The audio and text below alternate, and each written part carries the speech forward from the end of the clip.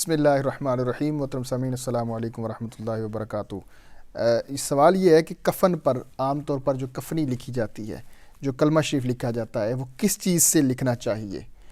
اس کے لیے کوئی حد متعین ہے یا کوئی مخصوص چیز ہے، یا وہ کس چیز سے لکھنا چاہیے؟ اس بارے میں بتائیے گا. بسم اللہ الرحمن الرحیم. کفن کے اوپر یا پیشانی کے اوپر یا کفن کے سینے کے اوپر کلمہ شریف لکھنا، یا اسی طرح بسم اللہ الرحمن الرحیم لکھنا، عہد نامہ لکھنا، درود پاک لکھنا، یہ باعث برکت و مغفرت ہے.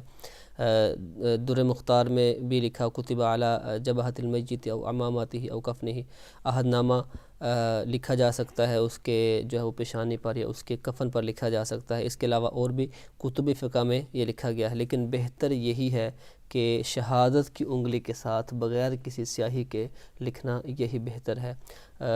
لیکن اگر کسی نے کوئی سیاہی وغیرہ استعمال کی ہے تو ایسی سیاہی کہ جو بالکل واضح نظر آئے تو اس سے بچنا چاہیے. لیکن بہتر یہ ہے کہ بغیر روشنائی کے شہادت کی انگلی کے ساتھ لکھا جائے، اور اس کی انشاءاللہ اس میت کو فائدہ انشاءاللہ قبر میں پہنچے گا، اس کی برکت ملے گی. اور جو اب آپ کو مٹی وغیرہ سے اگر کوئی لکھتے ہیں تو اس میں لکھنا جائز ہے، لیکن بہتر یہ ہے کہ شہادت کی انگلی سے لکھا جائے. اللہ رب العزت ہمیں عمل کی توفیق عطا فرمائے. بآخر دعوانا الحمدللہ رب العالمین. If you like this video, please give it a like and a thumbs up.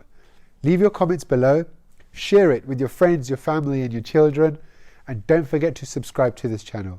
We'll see you next time. Keep watching and spread the blessings to everyone. Assalamu alaikum wa rahmatullahi wa